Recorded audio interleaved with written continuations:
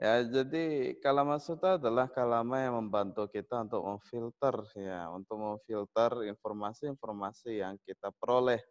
Ya, karena memang sebetulnya yang lebih baik adalah pada saat kita ah, mendapatkan informasi, akan lebih baik apabila kita bisa memfilter informasi tersebut.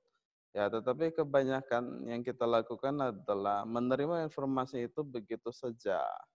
Ya, menerima informasi tersebut begitu saja dan kemudian dan kemudian melakukan sesuai dengan apa yang tertera dalam informasi tersebut. Ya, ini adalah sesuatu yang sebetulnya kurang tepat ya. Apalagi ya kita sebagai umat Buddha itu memiliki fondasi untuk menganalisa, ya, untuk memeriksa apapun yang kita terima, yaitu dengan ya datang dan buktikan ya seperti pada Dhammanussati. Ya, jadi segala informasi yang kita peroleh, segala data-data yang kita peroleh, itu akan lebih baik apabila dapat kita analisa kembali dan kemudian dapat kita filter kembali ya dan kemudian baru ya kita lihat ya apa maksud atau isi esensi dari informasi atau data tersebut. Ya, jadi bisa dikatakan ya Kalama Sutta ini ya sangat-sangat cocok ya sangat cocok untuk masa seperti masa sekarang ini.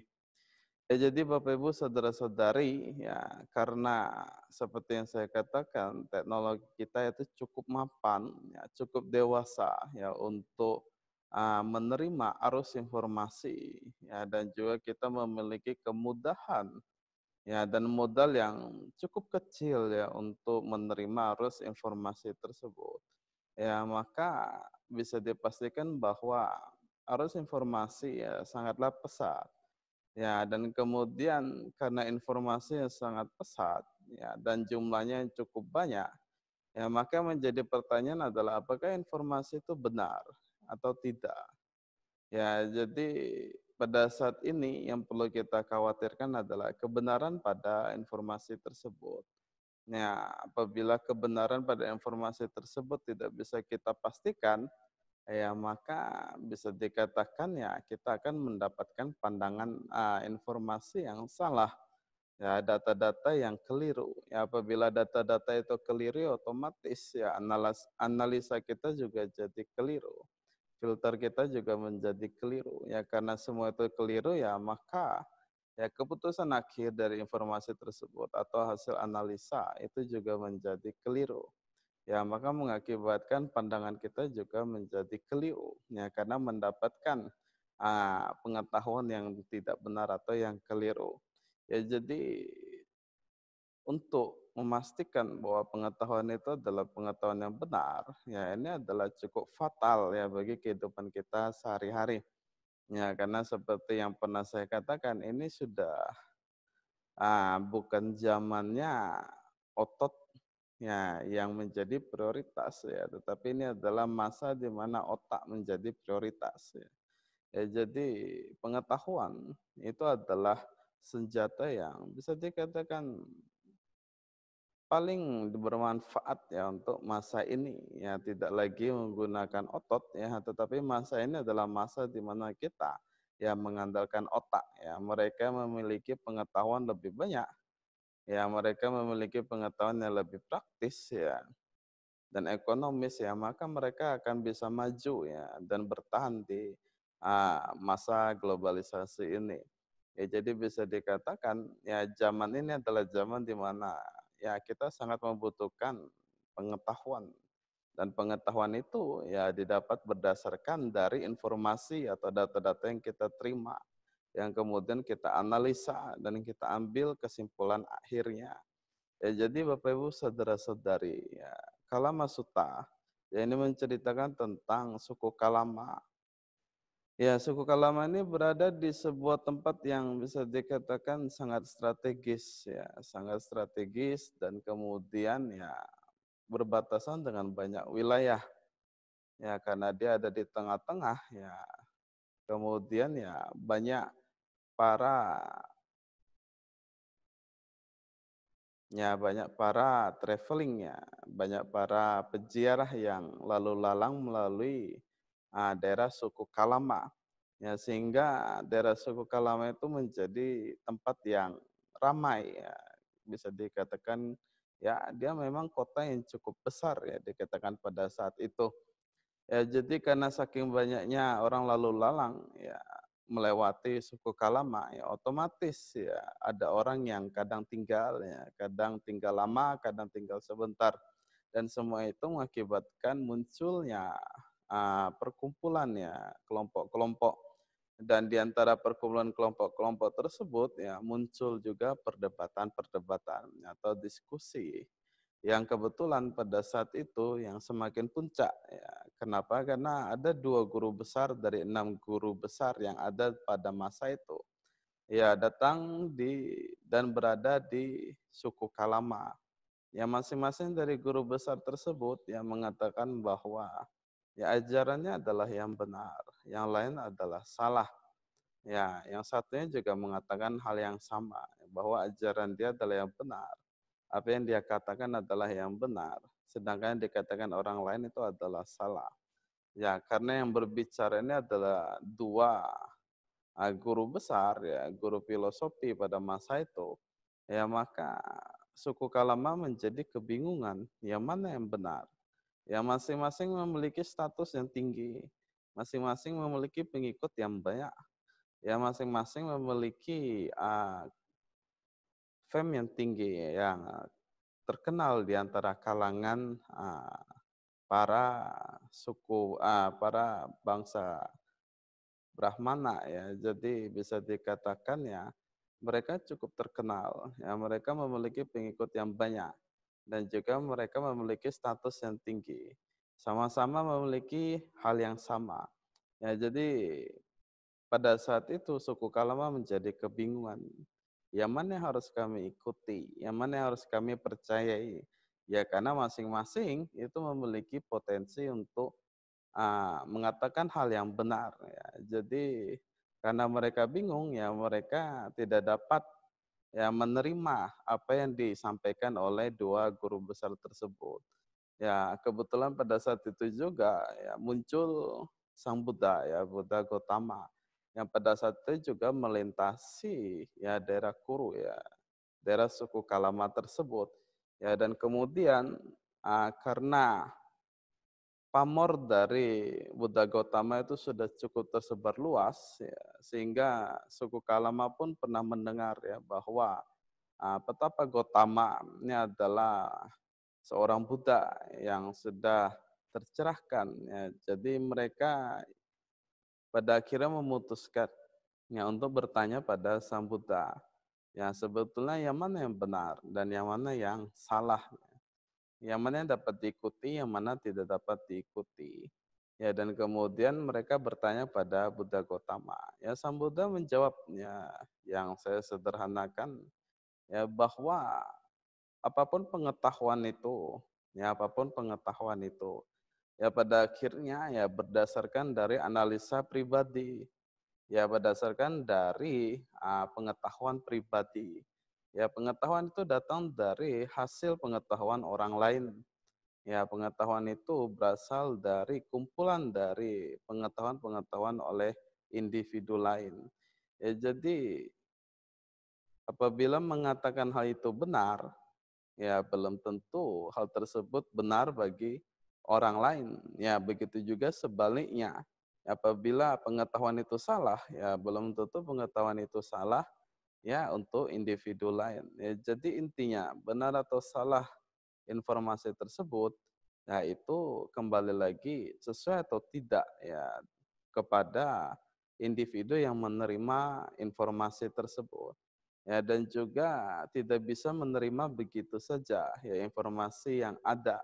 Ya Sang Buddha mengatakan pada suku Kalama bahwa tidak peduli siapapun yang memberikan informasi atau bahkan apapun yang memberikan informasi, ya, kita tetap harus menganalisa informasi tersebut.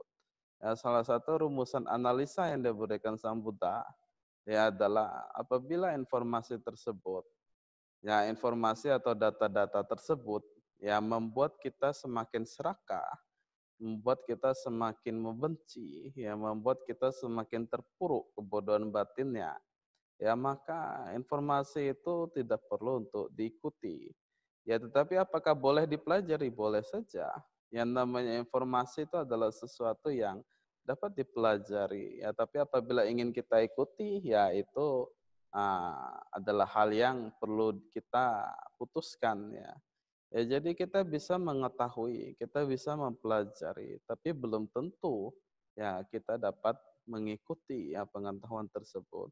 Ya, tetapi apabila pengetahuan atau informasi yang kita dapatkan, data-data yang kita peroleh, ya analisa yang kita lakukan, ya itu menghasilkan sesuatu yang membuat kita semakin terkikis kilesanya, ya membuat kita semakin terkikis keserakahannya, yang membuat kita semakin terkikis kebenciannya, yang membuat kita tidak terpuruk dalam kebodohan batin, yang membuat kita lebih teguh dalam sila, ya maka hal tersebut ya dapat kita terima, dapat kita pelajari, dan dapat kita praktekkan ya, dapat kita ikuti. Ya, karena pada akhirnya ya itu adalah hal yang baik ya untuk pengetahuan kita, ya hal yang baik untuk perkembangan zaman. Ya, jadi ini adalah dasar fondasi yang menjadi alat ya untuk memfilter informasi apa saja yang kita terima. Ya, ini juga menjadi salah satu fondasi untuk saya pribadi ya memfilter ya pengetahuan yang saya dapat. Ya, jadi saya pribadi tidak menolak pengetahuan karena bagi saya pengetahuan itu adalah sesuatu yang netral. Ya, dia tidaklah positif, tidaklah negatif. Ya, tergantung individu-individu yang menggunakan atau memanfaatkan pengetahuan tersebut. Ya, mendapatkan pengetahuan sebanyak mungkin ini adalah berkah utama. Ya, kita bisa melihat dalam Manggala Sutta ya dikatakan bahwa apabila kita bisa mendapatkan pengetahuan, ya maka itu adalah salah satu berkah utama. Ya tentu dilanjutkan dengan sila dan juga ucapan yang indah. Ya. Ya, jadi pengetahuan itu harus didapatkan sebanyak mungkin. Ya, sebisa mungkin, semaksimal mungkin. Semakin banyak pengetahuan yang kita peroleh, ya semakin bagus fondasi kebijaksanaan yang kita miliki. Ya, karena pengetahuan yang kurang, ya otomatis akan mengondisikan uh, analisa yang kurang pula. Ya, karena analisa yang kurang, ya maka solusinya akan menjadi kurang. Ya, semua karena informasinya kurang ya, pengetahuannya kurang. Ya, tetapi apabila kita memiliki banyak pengetahuan, ya otomatis kita memiliki ya banyak bahan untuk analisa dan kita memiliki berbagai variasi solusi yang dapat dipikirkan. Ya, jadi kemungkinan kita untuk mengatasi masalah itu juga semakin besar. Ya, itu semua karena kita memiliki pengetahuan yang cukup. Ya, cukup untuk menganalisa permasalahan. Ya, jadi Bapak Ibu saudara-saudari, ya kita hidup di masa modern ya dengan tingkat teknologi yang sangat maju. Ya, sehingga arus informasi atau data itu juga semakin mudah ya dan gampang. Oleh karena itu banyak informasi yang kita terima dalam kehidupan sehari-hari. Ya baik melalui indera secara langsung atau kita menggunakan teknologi ya seperti smartphone dan lain sebagainya. Ya kita tidak dibatasi ya dari perolehan informasi tersebut. Ya hanya saja saya sangat menyarankan ya dari setiap informasi yang kita peroleh akan lebih baik apabila kita melakukan analisa sederhana. Ya walaupun tidak dituntut ya untuk melakukan analisa secara mendalam ya tetapi minimal. Ya minimal apapun yang kita terima, apapun yang kita dengar, apapun yang kita lihat, ya itu minimal. Ya minimal harus dianalisa walaupun ya dengan cara yang sangat-sangat sederhana. Ya Anda bisa menganalisa dengan menganalisa inti dari apa yang Anda terima, ya, informasi yang Anda terima. Sudah sesuai belum dengan tema? Ya kalau sudah sesuai, ya maka apa yang pun yang Anda peroleh informasinya, ya itu bisa dilakukan, bisa diikuti. Kalau tidak sesuai, ya maka Anda bisa menjadikan informasi itu sebagai tambahan arsip pengetahuan Anda. Ya, jadi minimal kita harus menganalisa dari hal tersebut. Sudah sesuai dhamma atau tidak? Kalau sesuai, ya maka bisa kita ikuti. Kalau tidak sesuai, ya sudah, ya cukup jadikan pengetahuan saja. Ya tidak peduli sumber informasi yang kita perolehnya, dari manapun atau dari siapapun, dan bahkan kapanpun dan dimanapun. Ya, jadi tidak peduli dari sumber informasinya, selama itu adalah informasi yang sesuai dengan dhamma, ya maka kita bisa mengikuti informasi tersebut, melakukan sesuai dengan informasi tersebut. Tapi apabila tidak sesuai dengan dhamma, ya maka lebih baik ya kita menjadikan informasi itu sebagai pengetahuan saja, tidak dilakukan, tidak diikuti. Ya minimal ya kita menambah pengetahuan. Ya, jadi Bapak Ibu saudara-saudari, ya inilah inti dari Kalama Sutta. Jadi Kalama Sutta adalah sutta yang mengajarkan kita ya agar kita dapat memanfaatkan kelebihan dari manusia. Ya, kelebihan dari manusia itu adalah berpikir. Ya, jadi kita memanfaatkan pikiran kita. Ya, karena kita bisa berpikir, ya maka gunakanlah pikiran tersebut. Ya, gunakan pikiran tersebut ya untuk menganalisa informasi dari sumber apa saja, dari mana saja. Ya, semua informasi tersebut harus kita analisa. Apakah sesuai dhamma atau tidak. Kalau sesuai dengan dhamma, ya dapat kita lakukan, dapat kita ikuti. Kalau tidak sesuai dengan dhamma, ya maka silahkan jadikan pengetahuan saja. Ya, jadi asal kita tahu, ya itu sudah cukup.